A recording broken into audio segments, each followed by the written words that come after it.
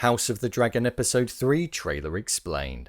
With the second episode being released, it certainly set up the rift between the family whilst also teasing an external threat of the Crabfeeder and the doubt in the strength of the Targaryen line from the people of Westeros. The Episode 3 trailer certainly alluded to conflict occurring and the breakup of the family and house being present. So with that, I thought I'd break down and explain all that there was to take away from the Episode 3 trailer. So let's get into it.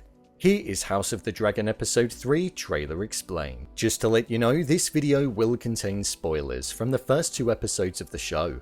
The trailer started off with the line, "The road ahead is uncertain, but the end is clear. Aegon will be king." This was uttered by Otto Hightower. He was speaking with his daughter Alicent in this section of the trailer. Aegon is the child of both King Viserys and Alicent. They have a son called Aegon who is the second of his name. And we also got confirmation of them having a child later on down the line in the trailer when we saw them all together and the king fathering him.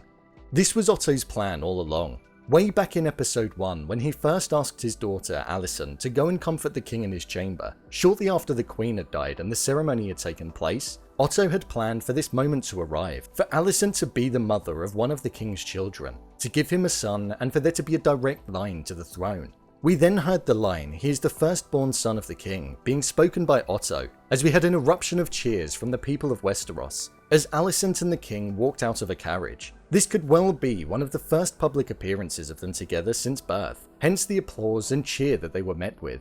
It's clear to see that just like from the first episode to the second, there was a time jump of around 6 months. And it looks as though between episode 2 and episode 3, there's going to be another time jump. One would argue maybe a year or two, based on the fact that the baby was now born and looked more than several months old. As Otto uttered the line about Aegon being the firstborn son of the king, there was a shot of Princess Rhaenyra looking down in sadness. I don't think that this is taken from the scene where the conversation happened, but more focused on a representation of the mood and feeling that Rhaenyra is going to have, following on from the king knowing that Aegon will likely become the new heir to the Iron Throne. The king spoke the line, "You will be with your child sooner than later," which was met with a response from Rhaenyra of how she didn't wish to be married. This tied back to the conversation that we saw her have in episode 1 with her mother, where she said that she didn't want her contribution to the realm to be in giving birth to a child and being somebody's husband. She's a dragon rider and exhibits the behaviors of a warrior, rather than that of a traditional princess.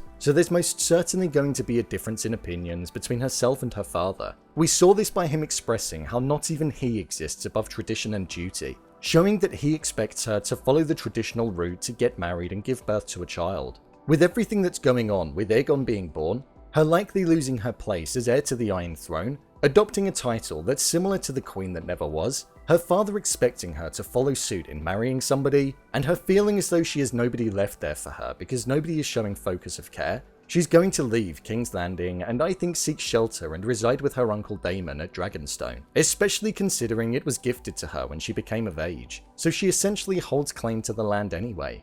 After this, we heard Corlys Velaryon speaking about the Crabfeeder, where he stated the Crabfeeder has dug in for siege on Bloodstone, while his men sabotage our fleet.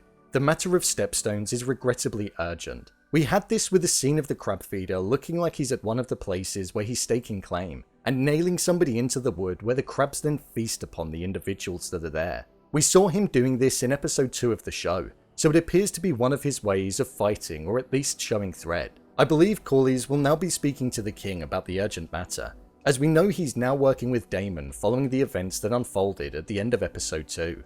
We then heard the line, "Crabs will soon dine on all of us. We are losing."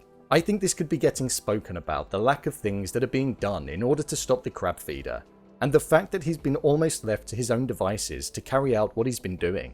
We know King Viserys doesn't want war and wants to uphold the 70-year peace, so the king tries to avoid it at all when possible. It then looked as though there's going to be a battle that takes place at the Stepstones, where it seemed as though Daemon got injured by an arrow that got fired. However, it looked as though they may come off victorious due to the fact that they have dragons on their side, and one unleashed everything on the opposition down there. It looks as though the Crabfeeder will also be present during this battle too.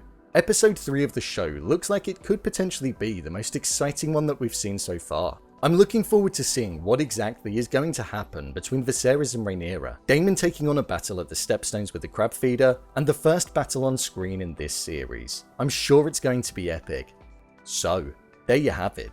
House of the Dragon Episode 3 Trailer Explained. If you want to see more videos on House of the Dragon, such as endings explained, theories and predictions, and character breakdowns, then click on the I button, or alternatively you can head over to my channel where you'll find them all. If you want to give me a show or movie that you'd like me to review, then head over to my Twitter, @brainpilot_, and tweet me what show or movie you'd like me to review next. And finally, if you'd like to see what I rate the latest movies that don't quite make the cut to getting a dedicated video, then head over to my Letterboxd profile.